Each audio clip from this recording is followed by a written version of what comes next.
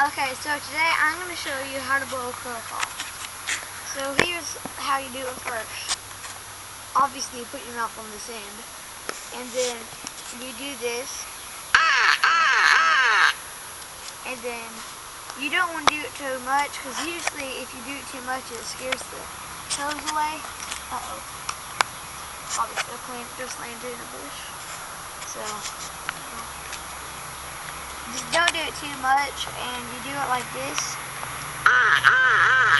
This line right there, it doesn't matter, you can do it that way or that way. That looks like a curl, but I don't think it is. Well, that's how you blow a curveball.